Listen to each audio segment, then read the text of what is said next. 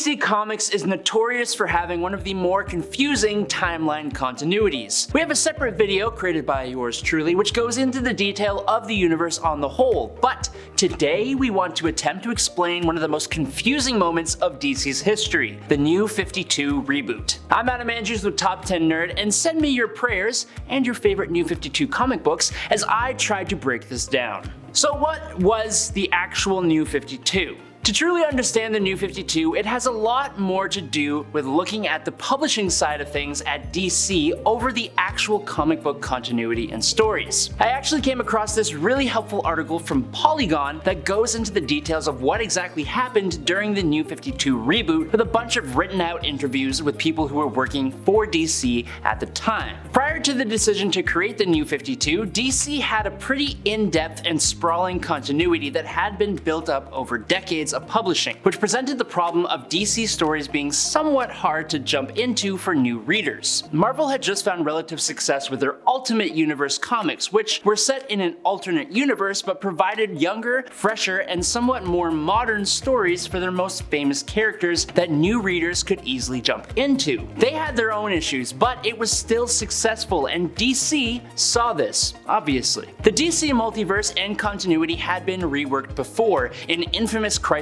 events that somewhat muddied the water of what and what wasn't continuity while establishing and reworking a multiverse. But this was different. DC had the idea for 52 new titles that start their characters and teams off fresh, younger, and relatively new to the game, with revamped origins occurring as a side effect of the awesome Flashpoint story. But some of those 52 titles also had new non-superhero stories to bring in readers who love the medium but don't really care for superheroes. It was controversial to say the least. On one hand, readers would be given fresh takes on some of their favorite heroes and villains, but on the other hand, you had decades of pre-existing stories that would suddenly not really matter anymore. It was an incredibly exciting thing for DC, and those working on it were going for it. But the problem with doing something like this was that they hadn't ever done exactly this before. Launching 52 new titles all at the same time was big, and it required a lot of cohesion between creators and editors who were all put in charge of separate titles, with a large majority that also had to work together in the same universe, especially when it came to books about team-ups.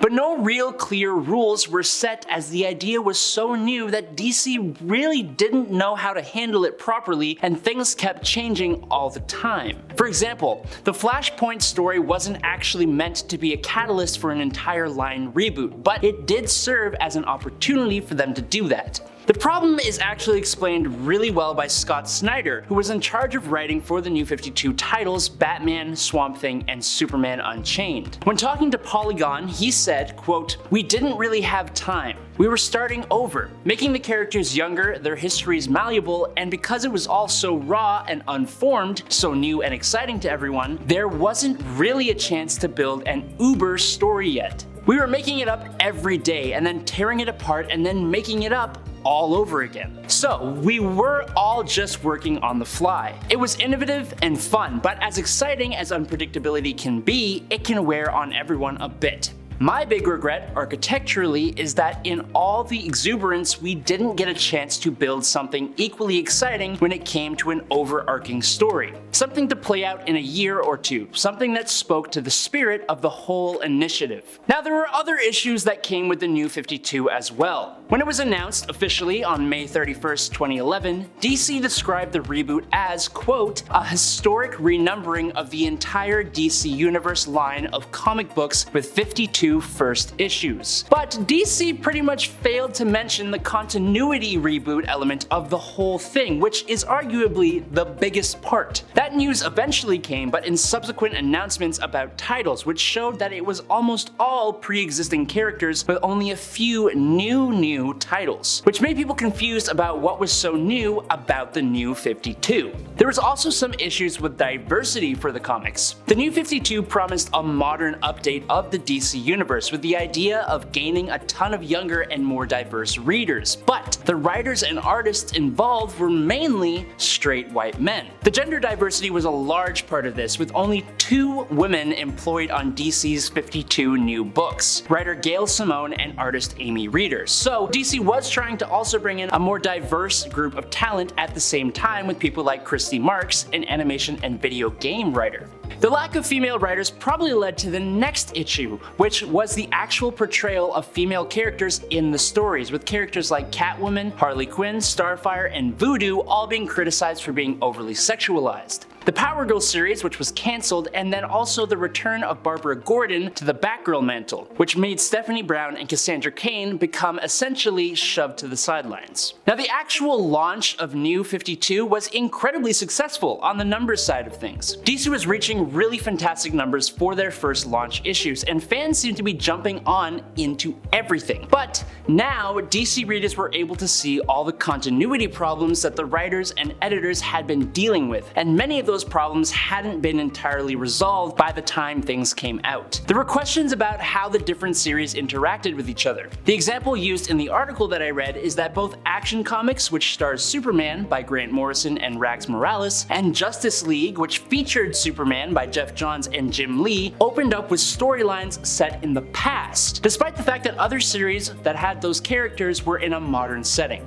Now, despite that really strong launch, sales quickly fell for the number of titles, leading to a whack of cancellations. I'm talking 27 of the 52 new series were cancelled after only 2 years, and many of those didn't even make it past 1 year. Not only is that a lot, but most of those were the non-superhero titles, including Blackhawks, Men at War, GI Combat, Team 7, and Sword of Sorcery. New titles that were fresh and almost definitely needed more time to really bring in a fan base. Now, this was compiled with strange choices from DC for the writers who were working on titles that were still on the go. For example, in December 2012, Gail Simone had been fired as the writer of the Batgirl title, but in less than 2 weeks, Simone announced she was the new Batgirl writer after only a 2-issue interruption, and no one has ever publicly said why that actually happened. DC was trying to keep the initial flame going for the New 52, which resulted in panicked uncertainty for the people actually working at DC. By 2014, DC was really trying to figure out what to do to save themselves from the steady decline of interest in the New 52. Previous gimmicky attempts had either failed or been abandoned, so instead the company went hard into 3 weekly comic series that kept close connections to existing monthly titles, with Batman Eternal, The New 52 Future's End, and Earth 2 World's End. Future's End had 4 writers splitting duties evenly, but both Batman Eternal and Earth 2 World's End had a single writer managing plot and overall direction of those series. Now, these 3 series would lead into a separate project titled Convergence that was published in April and May of 2015. This was basically an event that replaced the entire DC superhero line and also marked the beginning of the end for the New 52 era.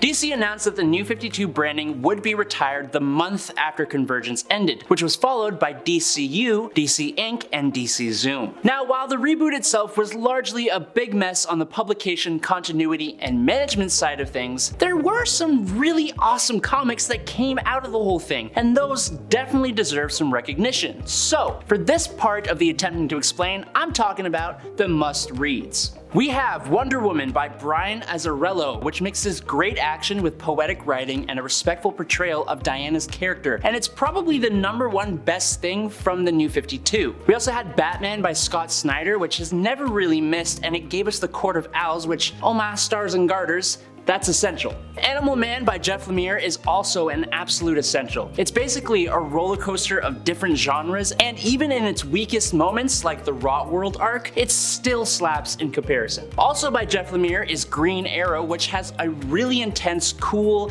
adventure mystery theme with really stellar writing and kind of somewhat experimental art. The Flash by Brian Buccellato and Francis Manapul was an incredibly fun run on the character, and no, that was not a pun. Shazam Shazam by Jeff Johns was also incredibly highly regarded by a few people online, but Jeff Johns also was responsible for Justice League, Aquaman, and Forever Evil, which were all fantastic, but my absolute favorite of those would definitely be Forever Evil. Swamp Thing was just an absolute killer all the way through, with a Scott Snyder run on the character that was cool, but was followed by a Charles Soule run that kind of overshadows it. Action Comics had a few writers, but Grant Morrison and Greg Pak's runs were probably the best. They had controversial moments, but also a lot of fun ones, and some of it is probably also the best Superman writing around. Grayson by Seeley and King is a bag of awesome, intense, fun, and humorous comic writing and art, and definitely deserves your eyeballs. And then Batwoman by J.H. Williams, Red Lanterns by Charles Soule, Batman and Robin by Peter J. Tomasi, Detective Comics by Manapul and Buccellato, and Batman Inc. by Grant Morrison are all on my lower tier of stories from this time that also kinda hit the spot. Also, you should definitely check out I, Vampire, Frankenstein, and Sword and Sorcery. Not the usual superhero stuff, but very, very good. All in all, the New 52 was meant to change the comic book landscape and also the DC continuity for the foreseeable future, but it ultimately failed to do either of those things. In 2016 with DC Rebirth, 2017 with Doomsday Clock, and 2019 with Dark Knight's Death Metal, DC essentially undid all the continuity changes that they created with the New 52, making it one giant flop that confused the entire fanbase and made all the DC wikis way harder to follow. But it did give a lot of people fresh takes on familiar characters, some truly great stories that are continued and loved to this day, and despite its relative failure, it definitely brought new readers into comic books, and that is arguably the best thing that fans of comic books can appreciate about it. It's always a positive to grow this awesome community of people who just love to flip through the pages of new and old comics for a little escape from reality. I'm Adam Andrews, this has been Top 10 Nerd. Make sure to drop a like and subscribe if you liked today's video, and I'll catch y'all on the flippy flop.